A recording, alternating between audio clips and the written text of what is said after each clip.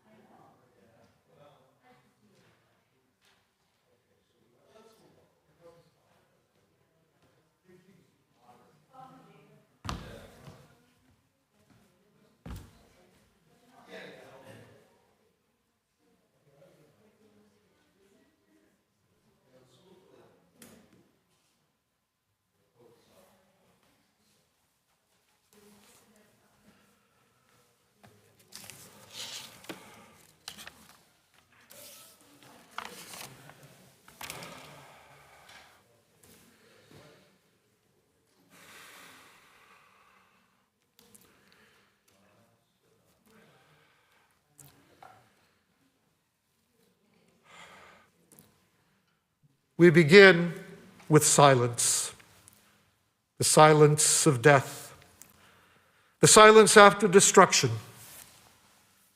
There are times when songs falter, when darkness fills life, when martyrdom becomes a constellation of faith against the unrelieved black of space about us.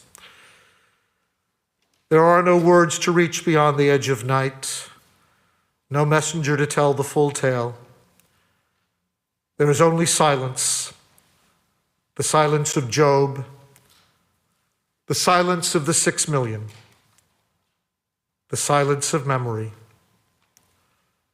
Let us remember them as we link our silences, as we turn to Anna Weiss, the granddaughter of survivors, to join me at this time.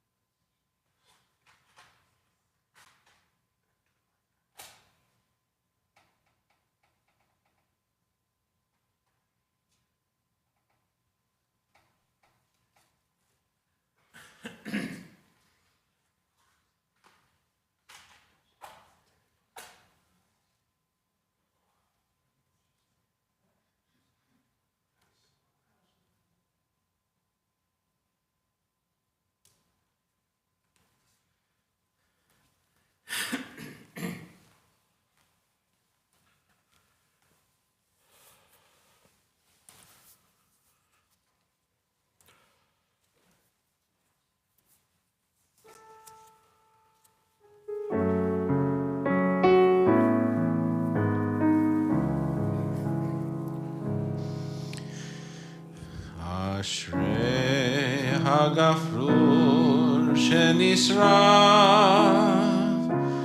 שנשרף והציל להבות.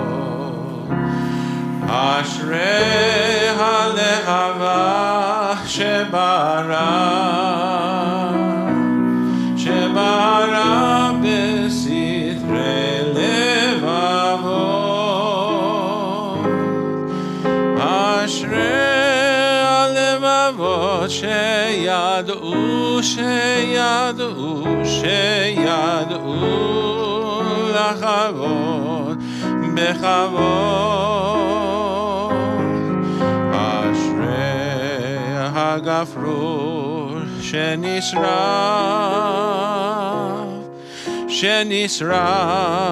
והציל להבות. Blessed is the match consumed in a kindling flame. Blessed is the flame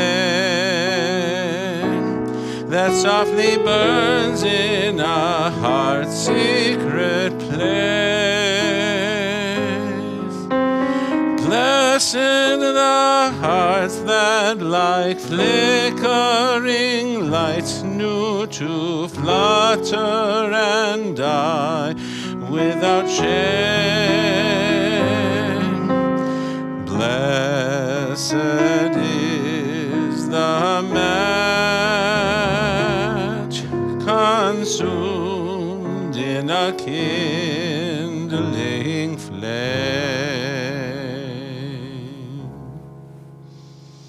In the presence of eyes which witnessed the slaughter, which saw the oppression, the heart could not bear, and has witnessed the heart that once taught compassion until the days came to pass that crushed human feeling.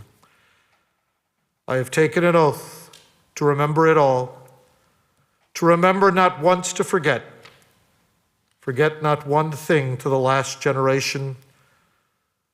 When degradation shall cease to the last to its ending, when the rod of instruction shall have come to conclusion, an oath, not in vain passed over the night of the terror, an oath, no morning shall see me at flesh pots again, an oath, lest from this we learned nothing, as we turn to the four children.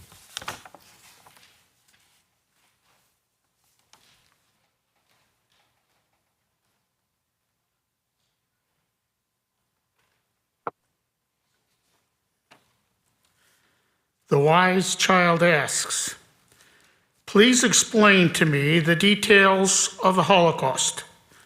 To this child, you respond, "The story of the Holocaust is long and complex.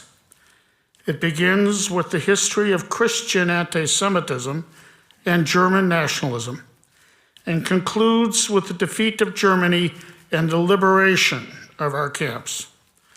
Our libraries contain many books. Our educational institutions offer many courses. Go and study."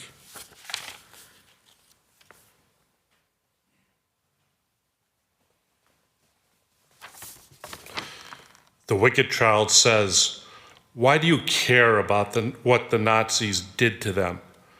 This child says you and them, and not we and us. To this child you must respond, you separate yourself from the Jews of Europe. If you had been there, the Nazis would not have recognized the separation and you would have perished. By separating yourself from the community which honors the memory of the 6 million, you place yourself on the side of the Nazi collaborators, those who aided them in their attempt to destroy the Jewish people.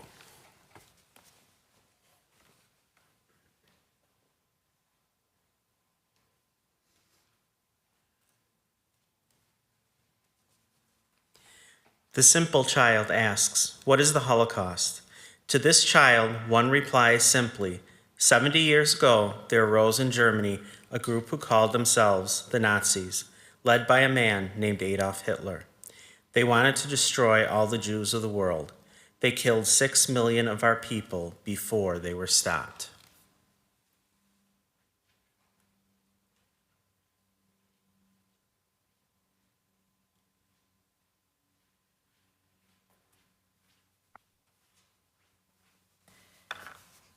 The child who does not know how to ask looks at the burning yahrzeit candles with questioning eyes and silent lips.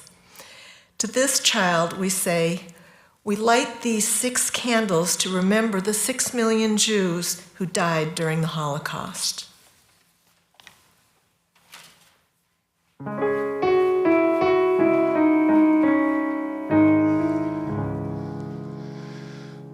Ani ma'amin, ani ma'amin, ani ma'amin,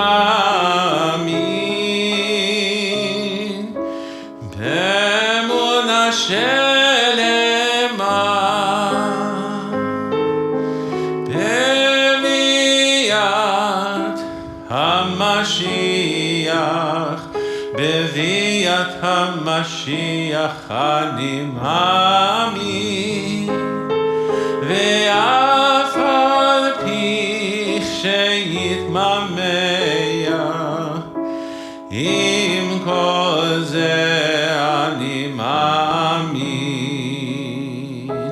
ani ma'amin, ani ma'amin, ani ma'amin, be'emunah shelema, be'viat HaMashiach, בביאת המשיח אני מאמין, ואף על פי שיתממע,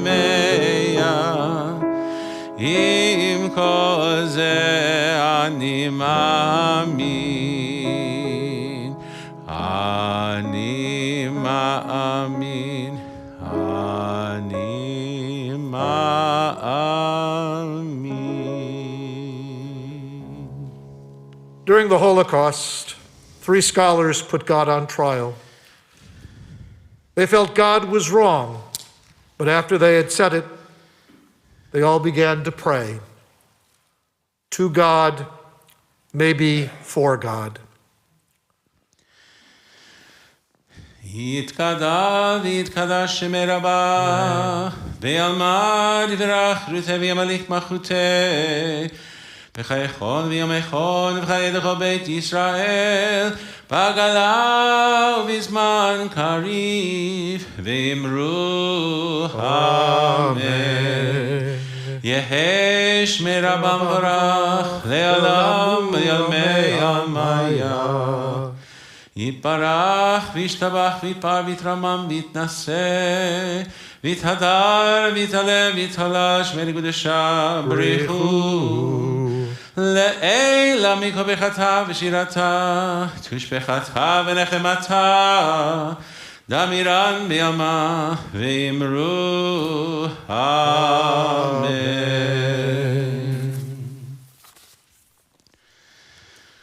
ברכו את אדוני המבורך, ברוך אדוני המבורך לעולם ועד, ברוך אדוני המבורך לעולם ועד.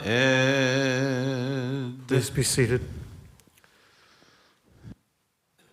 Our God, creator of the universe, we come before you in the darkness of evening with memories of a terrifying night, and together in italics, a night which did not pass, and a day which did not, a time when the earth was a planet gone bloody, a night when countless numbers of our people were tortured and murdered. O God, listen to our memories, the nightmares of our longest night. One can hear the sleepers breathing and snoring. Many lick their lips and move their jaws. They're dreaming of eating. You not only see the food, you feel it in your hands. You are aware of its rich and striking smell. Someone in the dream holds it up to your lips, but circumstances prevent the consummation of the act. So our nights drag on. The dreams are woven into indistinct images. The suffering of the day, composed of hunger, blows, cold, exhaustion, fear, turns at nighttime into shapeless nightmares of unheard of violence. One wakes up at every moment frozen with terror, shaking in every limb. For the whole duration of the night, cutting across the alternating expectancy and terror of the moment of the revelry, keeps watch. Eternal of all worlds, who changes the times and varies the seasons, who arranges the stars in their courses in the sky. Take notice of the long night of suffering when you seemed so distant. Remember when Israel, God's midnight singer, perished in a nightmare of darkness. Eternal our God, we rejoice in Torah, the heritage of our ancient partnership with you, the heritage which roots us in history and ties us to you.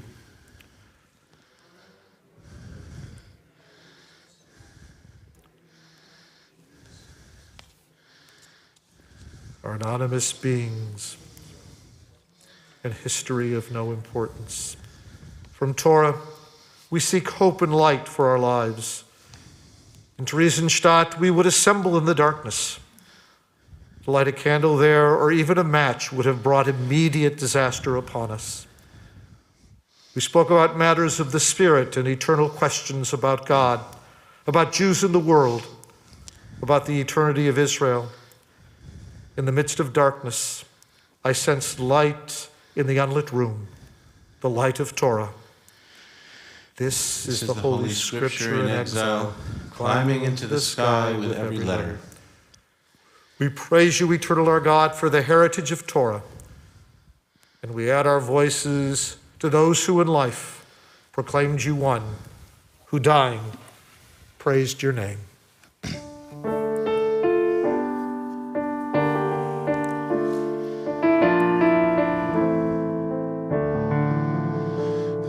Ahavat olam Beit Yisrael Amcha ahavta Torah u'mitzvot Chukim u'mishpatim Otanu limadeta Al ken Adonai Eloheinu B'shochvenu u'v'kumenu נשיח בחוקיך ונשמח בדברי תורתך ובמצוותיך לעולם ועד כי הם חיינו ואורך ימינו ובהם נגח יומם ולילה ואהבתך תסיר ממנו לעולמים ברוך אתה אדוני אוהב עמו ישראל שמע Israel Adonai Eloheinu Adonai Echad Baruch Shem Yevod Malchuto Leolam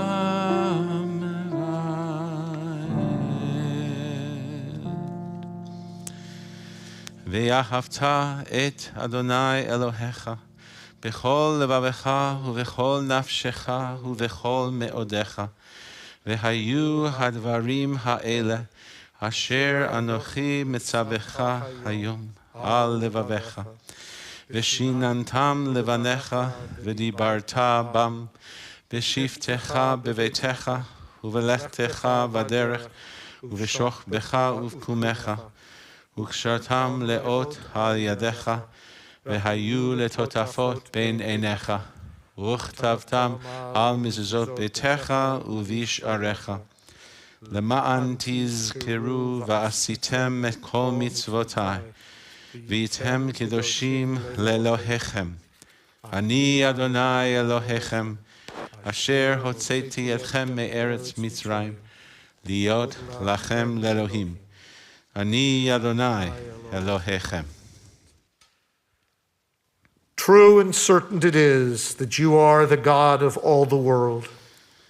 True and certain it is that your rule transcends all tyrants, redeems all suffering. After 400 years, you redeemed us from slavery. You brought us out of Egypt with a mighty hand.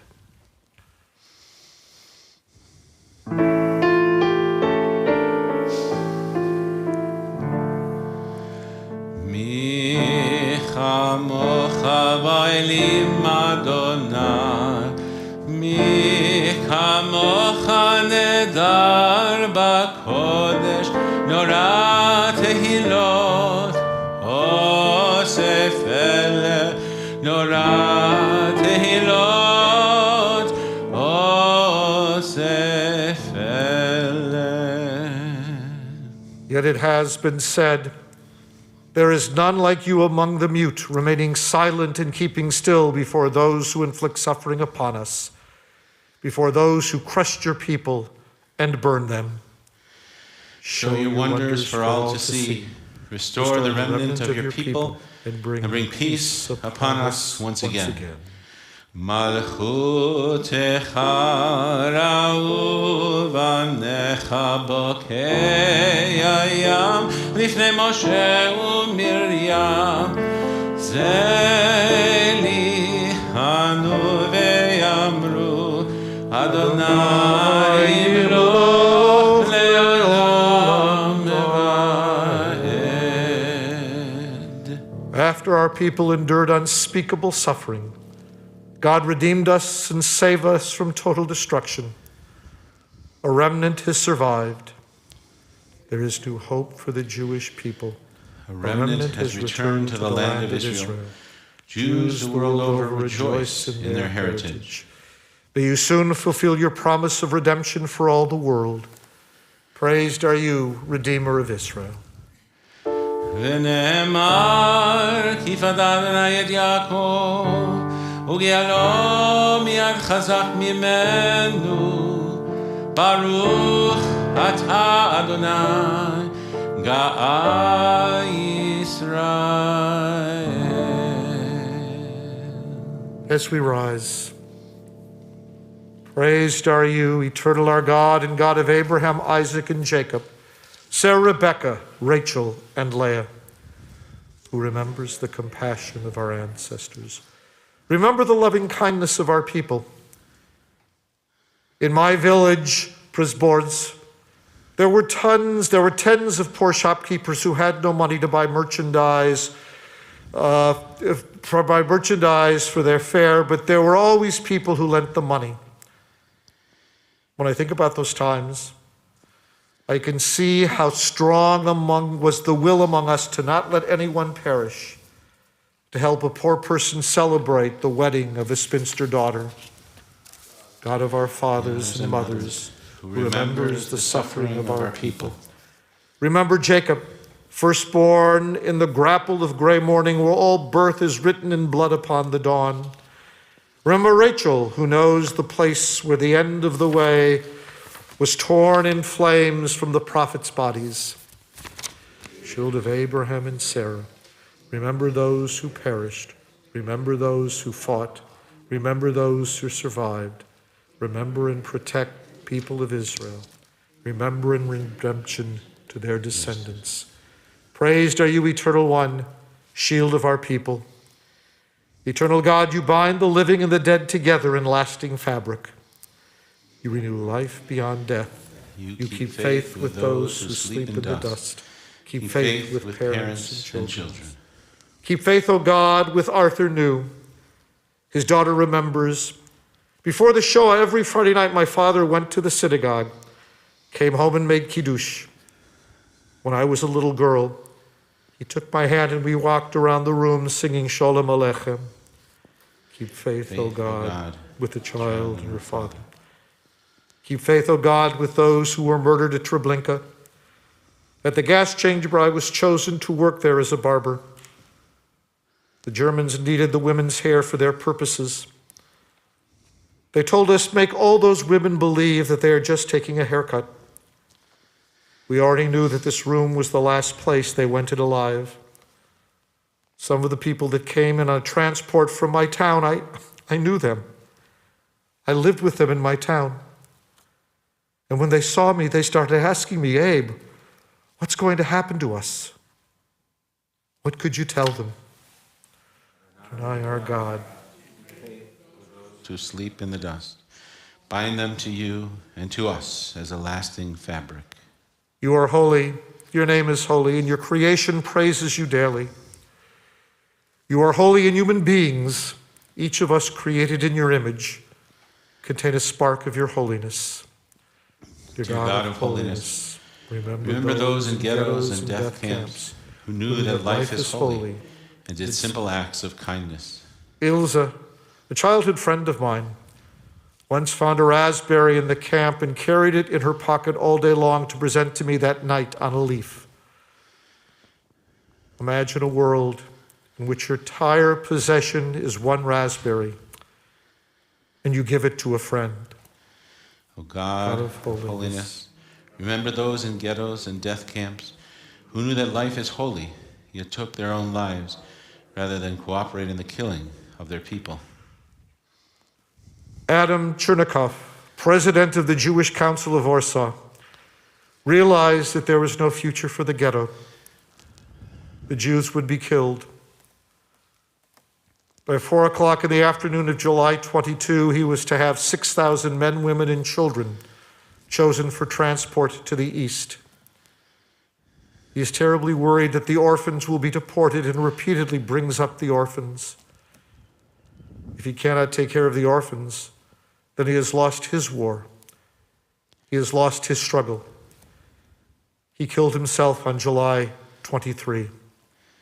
Dear God of holiness, remember those who knew that life is holy and rebelled against those who inflicted death. Prisoners who met the trains at Auschwitz would give warnings. Do something, fight. Fight back while you have your strength. In September of 1944, there was a plan to blow up the gas chambers. There was a small Krupp factory nearby. Prisoners smuggled explosives, powder, in small arms. The men working in the gas chamber started to blow up the gas chambers. 2 were destroyed. Holy One of Israel, remember all those in ghettos and death camps who knew that life is holy. Praised are you, Adonai, the Holy One of Israel. Baruch atah Adonai, Ha'el HaKadosh. You may be seated. Eternal our God, comfort us on this day of remembering the Shoah. Comfort all of us who are mourners for our people. In Krakow on December 5, 1939, my uncle Maximilian Redlich was taken to the synagogue on Isaac Street and ordered to set fire to the scrolls of the law. When my uncle refused, he was promptly shot and killed. I spent 2 weeks in Majdanek. Every day during roll call, young women were ushered into the gas chambers. If one had a bandaged leg or blisters as a result of sunburn, even a simple sore, or was too tired to report for roll call, she was doomed. At first, the bodies weren't burned, they were buried. In early January of 1944, we were forced to begin digging up the bodies to be burned. When the last mass grave was opened, I recognized my whole family. Mom and my sisters, 3 sisters with their kids. We mourned for murdered families and friends. We mourn for those we do not even know, but who are a part of us. The lightnings of sorrow do not allow the field of forgetting to fall asleep. The blossoms of comfort are too small, not enough for the torment of a child's tear. Will the Eternal desert us forever, showing us favor no more? The Holy One said to Moses, "Do not think that I am in pain just as Israel is in pain. I share in Israel's sufferings." That is why it is said in Isaiah, "In all their afflictions, God was afflicted." Adonai, remember and take heed. May you be the comforter of Zion, the rebuilder of your people. Eternal God, remove grief and suffering from us. Grant healing for all of our wounds. Sound the shofar for our freedom and redeem our people. I will seek out my flock. I will rescue them from all the places to which they were scattered. I will bring them to their own land. I will bandage the injured, and I will sustain the weak. We have gathered up human particles and combined them into a fruitful and creative nucleus of a nation revived. We have built villages and towns, planted gardens and established factories. We have breathed new life into our muted and abandoned ancient language. Such a marvel is unique in the history of human culture. We opened up a business. Our kids went to yeshiva and college. Look what we accomplished. After all, we are strangers in the land, but we tried our best and raised a good family. If the Jewish people can survive a Holocaust, they can turn from sorrow and toward rejoicing.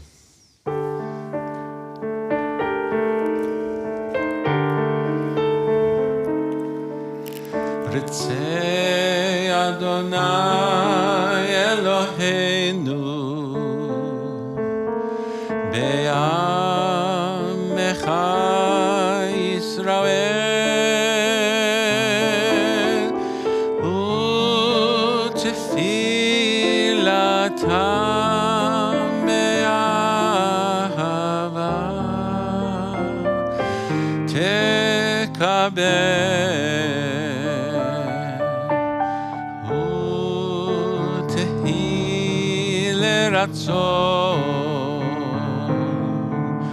Tamid avodat Yisrael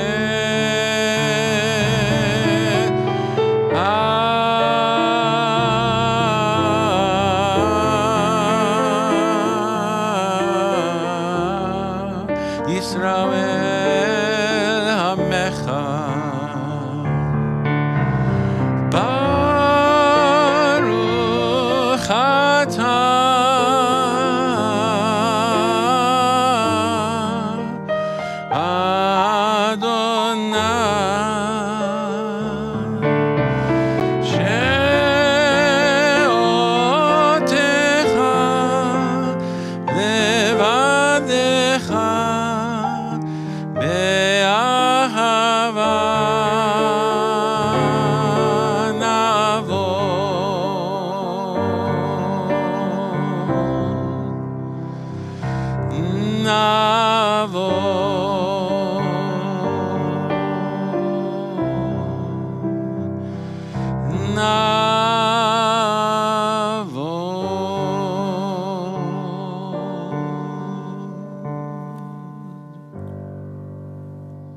Odim anachnu lach, she'atahu Adonai Eloheinu v'Elohei avotenu v'imotenu leolam va'ed.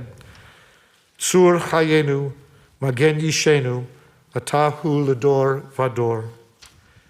Noded lecha nesaper tehilatecha, al chayenu hamisorim biyadecha, v'al nishmotenu hapedut lach, v'al nisecha shebechol yom imanu, V'al niflotecha v'tovotecha shebachol et erev v'vocher v'tzoharayim. Hatov ki lo chalu rachamecha. V'hamrachem ki lo tamu chasadecha. Be'olam kivinu lak. Al ha'gevurot v'al ha'tshuot. We give thanks for the courage of our people, for their mighty deeds, for their faithfulness, and for the saved remnant which we commemorate today. In the days of the great European Jewish communities, the evil Hitler rose to power, plotting the destruction of all Jews. Their plans to annihilate the Jewish people did not succeed, but 6 million of our people died, young and old, men, women, and children. Am Yisrael Chai, the people of Israel still lives. Today, as we remember and as we continue to live, let your name, our God and our sovereign, be blessed and exalted forever and ever. B'al kulam yitbarach v'yitromam shimcha malkeinu tamid leolam va'ed. V'chol ha'chayim yoducha selah v'yihalelu et shemecha be'emet. Ha'el Yeshuatenu ve'ezratenu selah. Baruch atah Adonai hatov shimcha u'lecha na'eh lohodot. God of our fathers and mothers, we have asked, has God forgotten how to pity? And yet we acknowledge that you are the foundation of our lives and our hope. And we thank you for your wonders which we experience each day. We thank you for the remnant which has survived, for those who built the land of Israel, for those who nurtured Jewish life in all lands.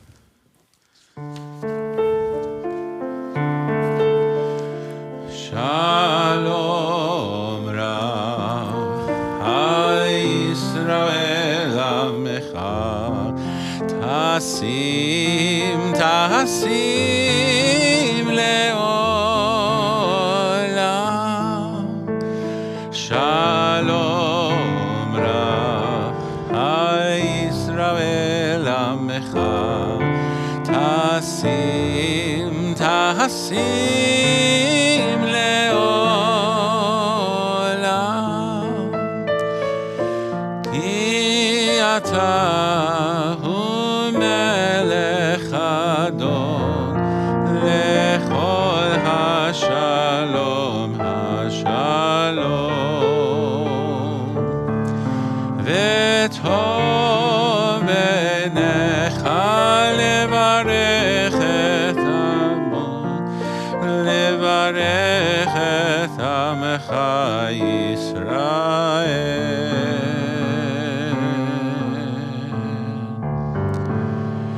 בכל עת ובכל שעה בשלומך, שלום רב על ישראל עמך, תשים לעולם. ברוך אתה אדוני המברך את עמו ישראל בשלום.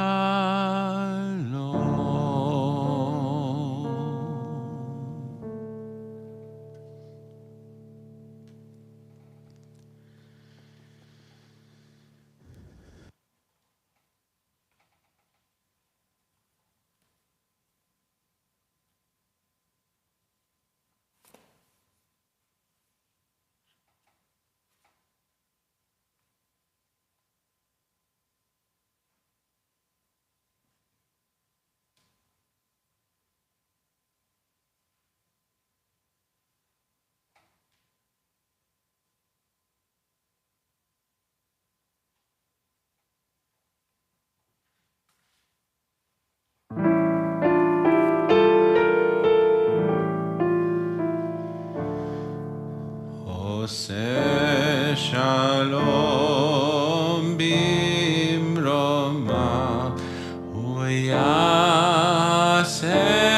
שלום עלינו ועל כל ישראל, ואמרו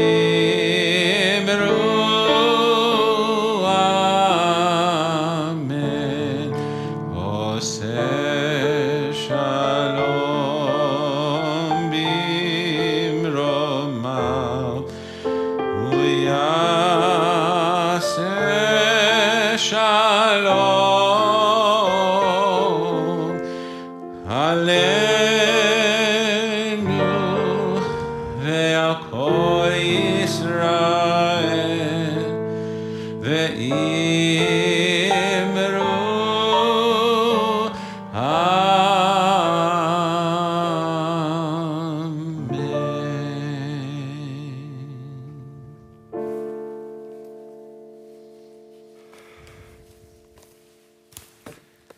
We are once again honored to have with us this Yom HaShoah, Dr. Ruth Schwertfeiger. Now, I'm going to mispronounce this, Ruth, but a native of Ballycon. Did I pronounce that correctly? I did. Ballycon, Ireland, Northern. It's not that far from Belfast, is it? She tells kind of her child in her book, The Wee Wild One. Yet this woman from Ireland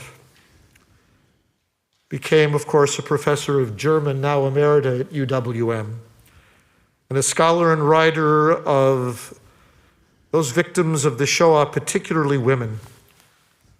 Her dissertation at Oxford on the German expressionist George Kaiser led to her engagement with exile studies and with the Holocaust. Author of Elsa Lasker Schuler, Inside This Deathly Solitude, Women of Theresienstadt, Voices from a Concentration Camp, and In Transit, Narrative of German Jews in Exile, Flight, and Internment During the Dark Years of France. Her most recent book is entitled A Nazi Camp Near Danzig, Perspectives on Shame and the Holocaust from Stutthof.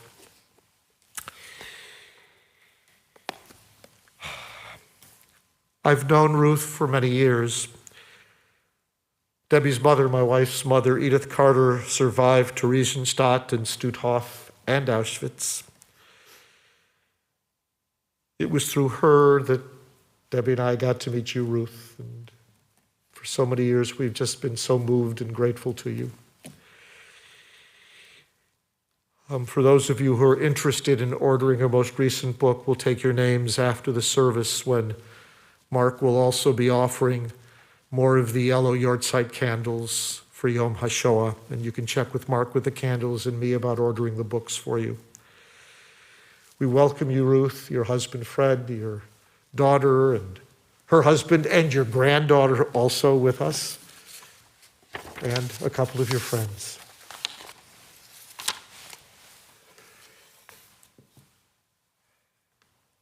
Will you be able to see here, do you think? Is there enough light It's for you? fine. That's more than enough.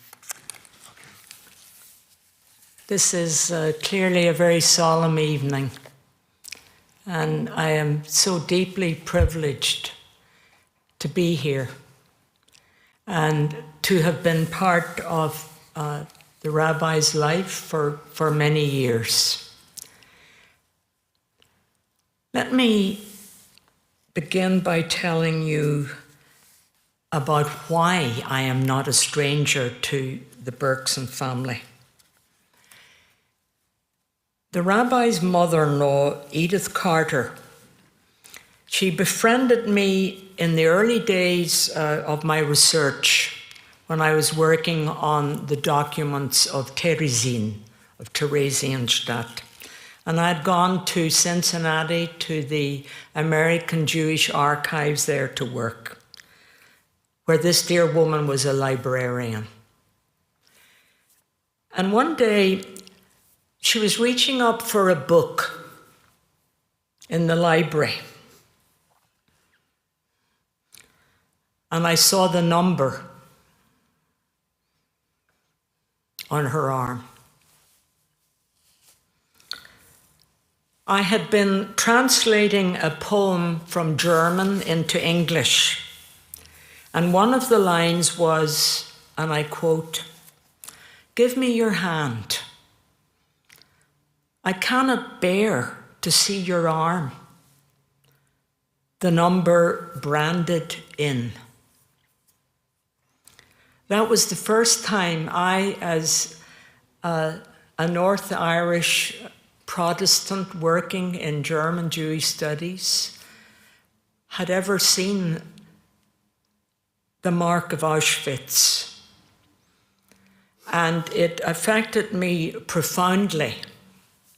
So profoundly that I dedicated the rest of my career as an academic to finding out more and to writing books like Women of Theresienstadt. And this book is dedicated, in fact, to the memory of my mother, Grace Crawford, and to my friend Edith Carter, who survived both Theresienstadt and Auschwitz. So tonight, I would like to briefly talk about the summer of 1944. And you will clearly see why I have chosen that. But before I do so, I would like to dedicate this evening our remembrance to the memory of Edith and to her daughter Debbie, Mark's late wife.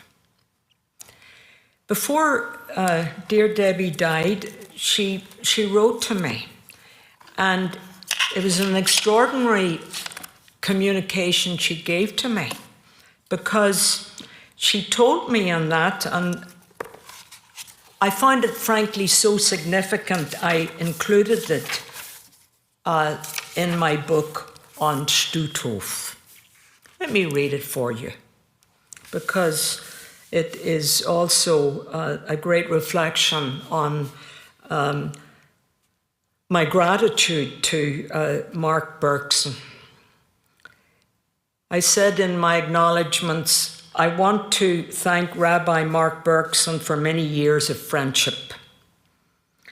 Before Mark's wife Debbie died, she discovered that her mother Edith Carter had also survived Stutthof. We knew she had survived both Theresienstadt and Auschwitz, but Stutthof? I also knew Debbie's mother and in fact dedicated my book on Theresienstadt to her and to the memory of my own mother. Surely it is not too late to acknowledge that my friend Edith Carter was also in Stutthof and that she kept her suffering silently to herself for all those years. So you can see how much this family means to me and what a privilege and honor, and with deep sadness, I would like to dedicate this evening to her. We have the summer of 1944. Edith Carter was one of hundreds of Jewish women who arrived in Stutthof from the liquidated camps and ghettos of the East. They were immediately put to work in the camp itself and in the sub-camps around Danzig, and there were hundreds of them. This camp had opened up in September of 1939, right after the invasion, and it started as a detention center for civilians, dissidents, Poles, and especially the small Jewish community. It was dwindling fast because most of them, it was always small, you know, around maybe 10,000 or so, but they had already been driven out. And in fact, the children had been put on kinder transports, and many of those wee ones ended up in London.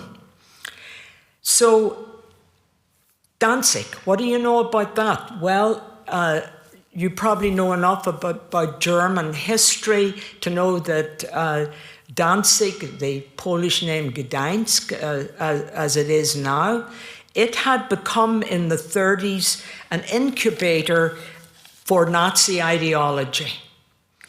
And it was well prepared. It was a divided community, not unlike my own community in Belfast, but it was already, by the mid-30s, well prepared to detain Jews and especially the dissident Poles, many of them Polish priests. Anybody with opposing views to Germandom, as they called it, Nazism, were going to be interned. And when war broke out, that was the perfect opportunity, and Stutthof, in fact, was already ready to receive them, Stutthof. So that's how it started. A detention center, it quickly became a labor camp, and by January 1942, it had what it thought of as a great honor of being designated by the Nazis as a bona fide concentration camp. So by the time it was liberated in 1945, in May of 1945 by the Soviets, who were, of course, sweeping in from the east, by the time it was liberated, 65,000 people had perished in it. And between 110 and 115,000 had moved through the camp. And of those 65,000, 43% were Jewish. Many of them the victims of the very last year of its existence as a camp. They died on what became known then as the death marches, when 50,000 in January 1945 were sent out of the camp in groups of 10,000, which is, a small Wisconsin town when you think of it. And the rate of death was appalling. So those are the numbers.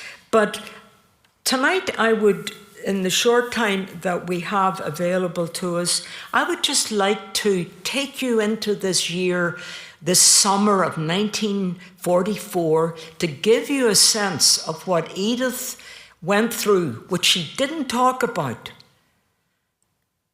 And it's very interesting. She talked certainly to me personally about Theresienstadt. She was an enormous help to me. And she talked about Auschwitz. But the fact that she didn't talk about this place gives there is a shadow goes over it that is really almost incomprehensible. But I'd like to read an excerpt from someone who did survive the camp and wrote about it. And let me start with that. So this is a woman who ended up, strangely, in my hometown of Belfast. And her name became Helen Lewis. Her name was actually Katz. And she came from Czechoslovakia. She had married in 1938. 1942 finds her together with her husband Paul, deported from Theresienstadt up to Auschwitz. So in many ways parallel to what happened to Debbie's mother. So she arrives in Auschwitz and doesn't write much about that. But then, in the summer of 1944, they are sent to Stutthof. Allow me to read. At first sight, Stutthof looked to be an improvement on Auschwitz. The nearby Baltic Sea freshened the air and lent a strange transparency that softened the outlines of the ugly buildings. We had enough room to stretch out at night, but there were no bunks and very few blankets. Accustomed as we were to SS guards everywhere, we were bewildered that they were only to be seen at roll calls. We were in fact left more or less to ourselves, with a minimum of food and water, appalling sanitation, and no idea of what would happen to us. We sat and lay around all day waiting, not knowing for what, became more and more depressed. We had survived Auschwitz, and now in this place we were doomed to die, lost and forgotten of sheer neglect. That changed very, very quickly. And these women then were sent to these subcamps. And it's interesting that Debbie told me when she wrote about her finally finding out her mother had been in Stutthof, that her mother had indicated that she was working near the sea. She called it the North Sea, which is interesting because it's actually Ostsee in German, the Baltic. And there they were sent up there working on airstrips so that the German Luftwaffe could come in and out. How's that for an appalling irony?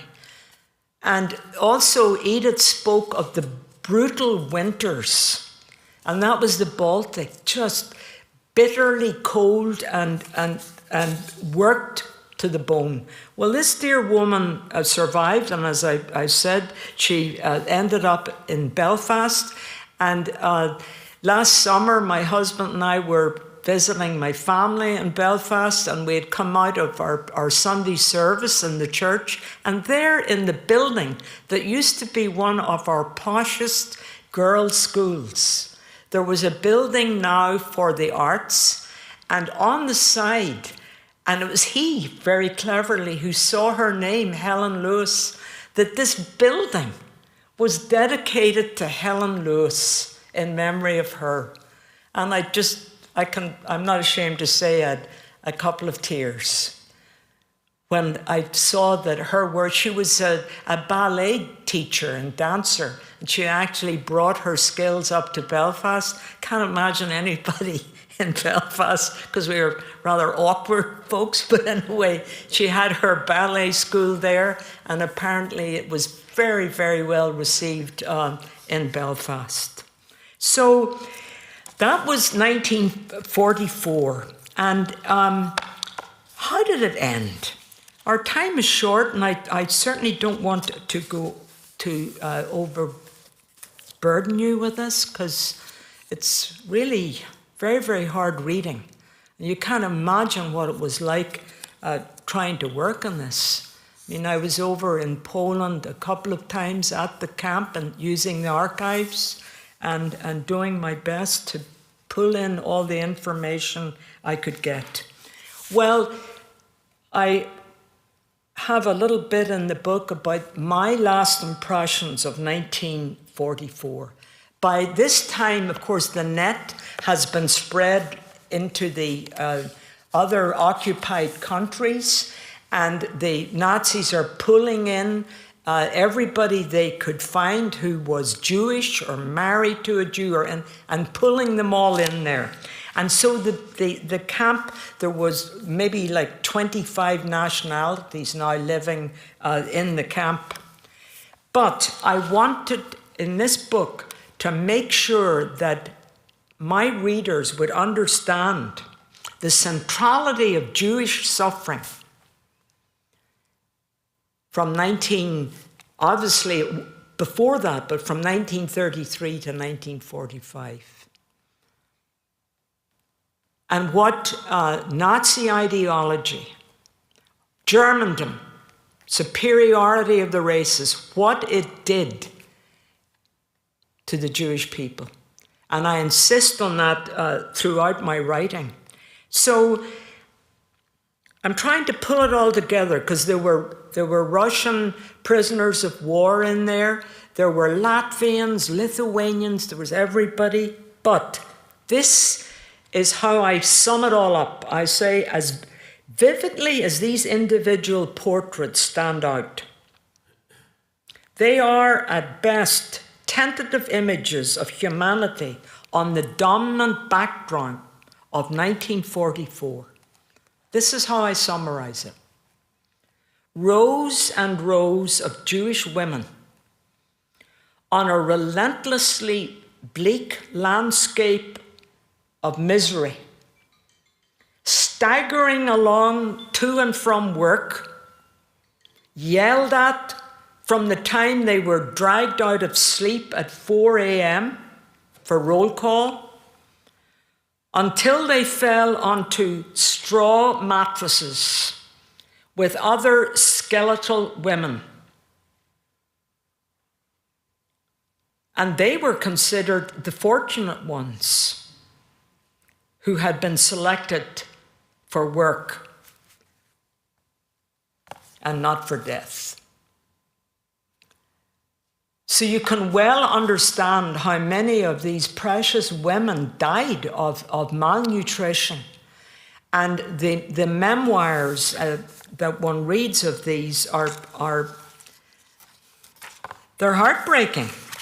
It's the only way I can describe it. They are just heartbreaking.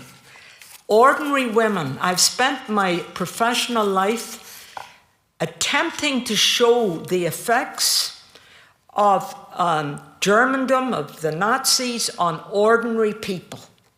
The ones that a lot of people maybe don't choose to write about. And it's a story that I believe is not told enough, and I have left a lot of openings in Stutthof so that people can write more. So I want to just share with you where I found my data, which was in Poland, in the archives of Stutthof itself.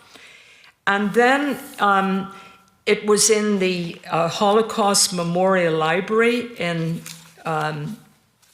Washington, D.C. And these are the oral histories. Do you know how many there are on Stutthof? Well, there are in the HaShoah Foundation 52,000 in all. Think of that. People who are telling their story, and how many are going in there to listen to them. But the one that got to me was a woman by the name of Borenstein, and she was a Polish Jewish woman. And in the video, as I sat there, and I looked at so many, I was weary, but this dear woman burst into tears. And she said, "Who is going to write about the women and children?" And I basically bowed my head there and said, "I'm going to do it. I'm going to do my best for your sake." I do not know who this woman is, but all I know is that listening her story profoundly affected me, and I had more than reason to continue with this story, having known dear Edith Carter. So, are there any mitigating factors in this? Can I come up with anything as I pull this together here and close tonight? Well, let me share one. And it's a very unusual woman. I can guarantee you're not going to find it in scholarly books. I had a Polish friend who had a relative living near Danzig, where many of these marches all were leading towards Gdańsk, Danzig.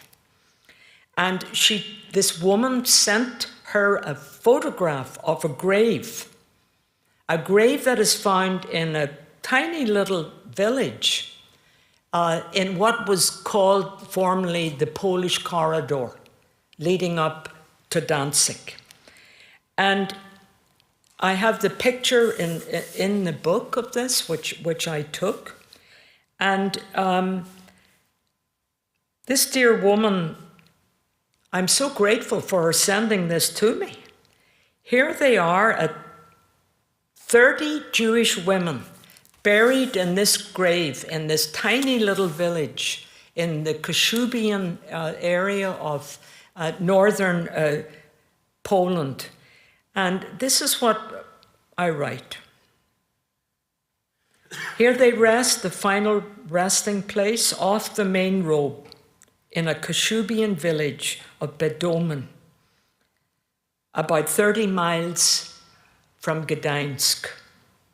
The gravestone with the Star of David indicates that 30 Jewish women were buried there and that they perished on March 1945 on a death march from Stutthof. Local died. Tend the grave. Anonymous. We don't know who they are that are keeping the flowers going and keeping it clean and tended. I'm comforted by that. Because the man in charge of this occupied area of Poland, the Gauleiter, he had been handpicked by Hitler to come in and indoctrinate the people and incite as much anger as he could against the Jewish people. He had once claimed very proudly that he wanted to make this part of Poland. He wanted to make it free of Poles and especially free of Jews. I write, Gauleiter Foster had boasted about making the corridor free, both of Poles and of Jews.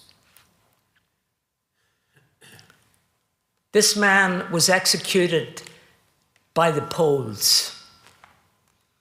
and he cravenly begged for his life and said that he would help the Soviets find people for him. He knew his way around. But he didn't win. He was executed for his crimes against humanity. I write, Gauleiter Foster had boasted about making the corridor free both of Poles and of Jews. We know that he did not succeed in his lifetime. This grave shows that he never will. It's not much to offer us, is it?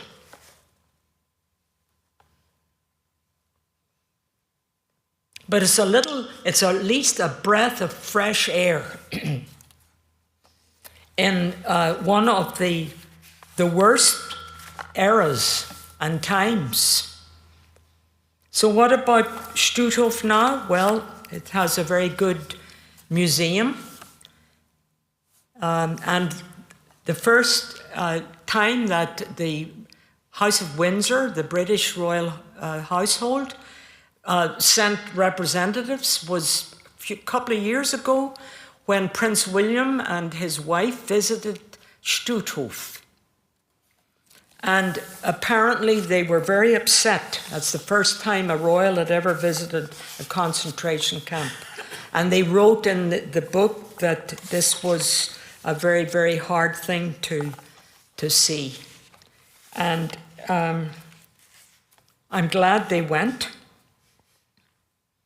Who else goes? Well, I would say that it's not particularly well visited in general, and I would urge you, if you get the opportunity, and on this note I would like to end, because it needs to be seen. It is a neglected camp in the history of the camps. People know about all the other camps, but not about Stutthof. And just think already of the number of Jewish women that were sent there, if even for a short time, some a matter of weeks, some months. The number of Jews who died there, I think it would be very, very good to go and visit it. I close with these words.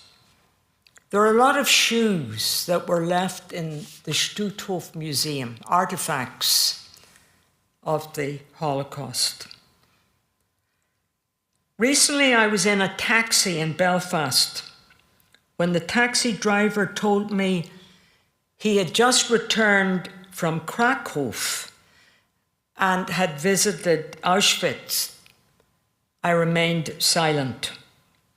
Finally, he spoke in a choked voice. It was the wee shoes, he said. The strong Belfast accent could not mask a visceral response to what he saw at Auschwitz-Birkenau. Prince William and his wife visited Stutthof, their first to a concentration camp. Photographs of their visit revealed strained, sad expressions. They wrote in the guest book they were intensely moved.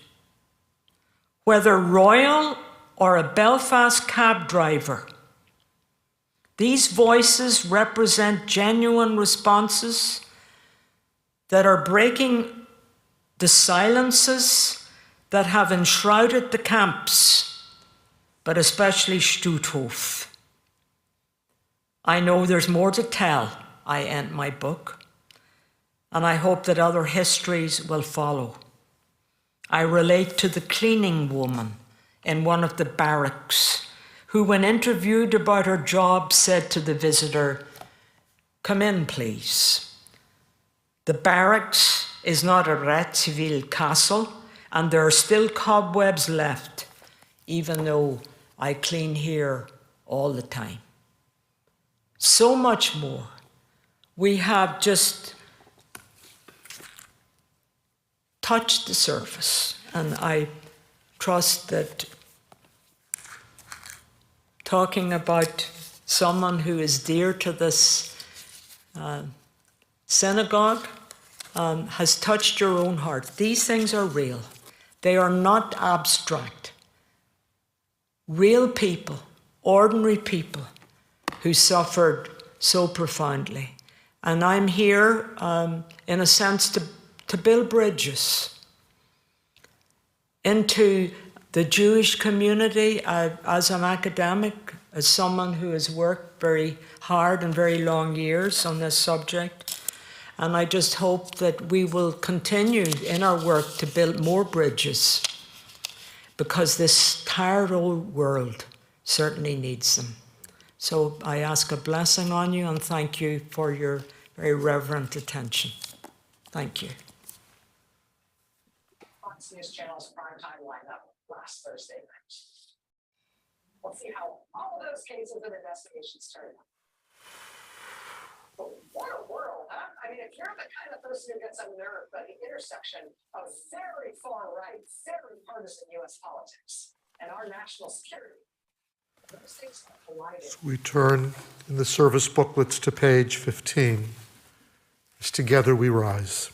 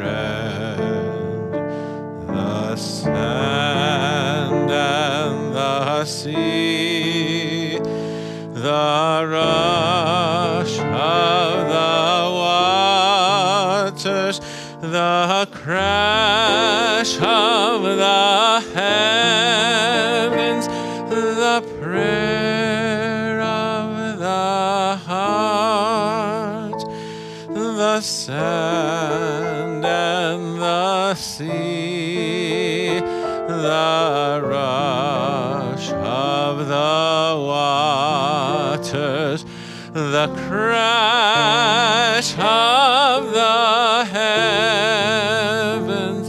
the prayer of the heart.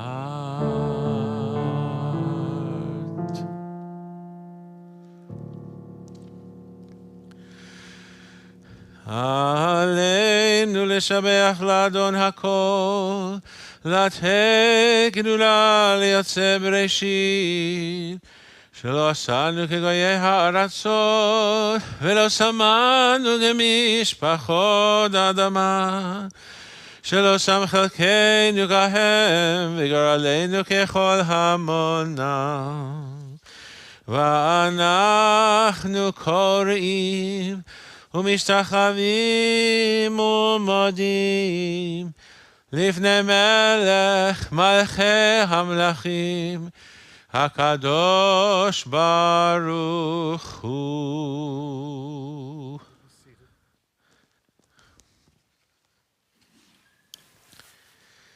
In the anguish of the Shoah and in the deliverance of a remnant, we see you, our God. In light and in darkness, we affirm that you are our Creator, the one who walks with our people through history, the one with whom we walk through our own lives. You are the one in whom we place our trust, You will remember the hopes of the slain by redeeming your shattered world. You are the one in whom we place our trust, that in spite of everything which strangles hope, you will help us to continue the sustaining song of their lives. You are the one who strengthens our efforts to bring peace and justice to the world. You are the one who strengthens our resolve to keep our people alive.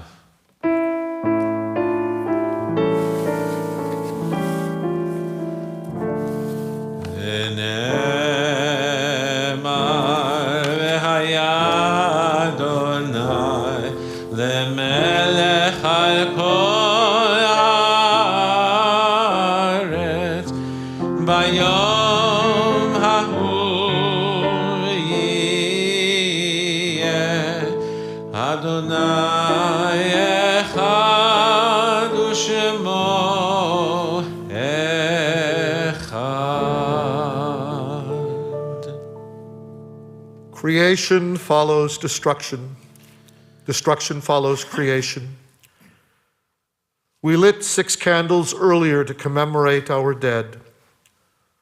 Soon, these candles will flicker and die and return to darkness. And soon we too begin to forget, and we must not let this happen. So we will kindle one more light, the yahrzeit candle to which we return each season. When we do, we will rise to recite our prayer of memory and then our words of praise, which our poets intertwined with the memory of suffering.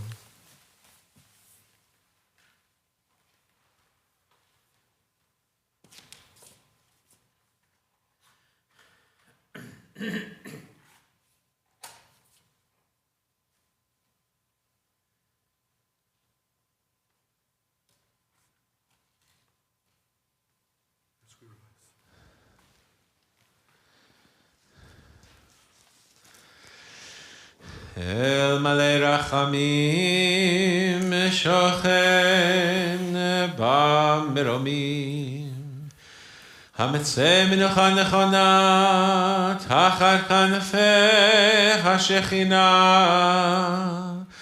b'ma'alot kedoshim u'dehorim gezohar rakia mazhirim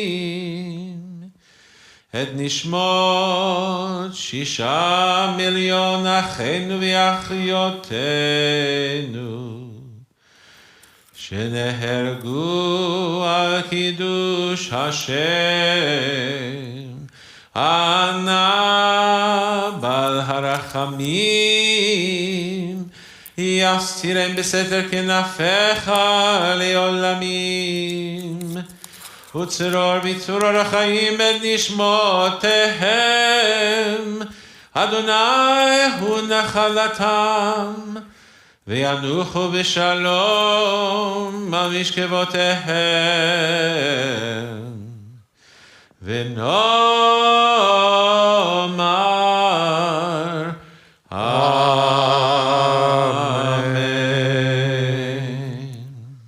Fully compassionate God on high, to our 6 million brothers and sisters murdered because they were Jews, grant clear and certain rest with you in the lofty heights of the sacred and pure, whose brightness shines like the very glow of heaven. Source of mercy, forever enfold them in the embrace of your wings. Secure their souls in eternity. Eternal One, they are yours. May they rest in peace, as we all say, Amen. Amen.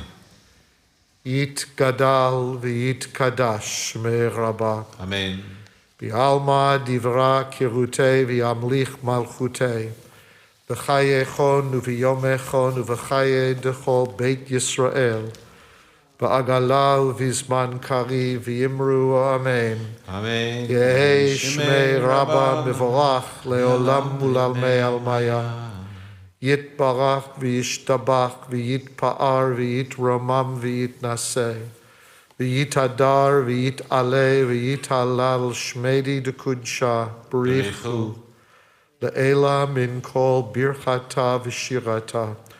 tushbechata v'nechamata, da'amiran bi'alma v'yimru amen. Amen. Yehi shlama rabba min shemaya v'chayim aleinu v'al kol Yisrael v'yimru amen. Amen.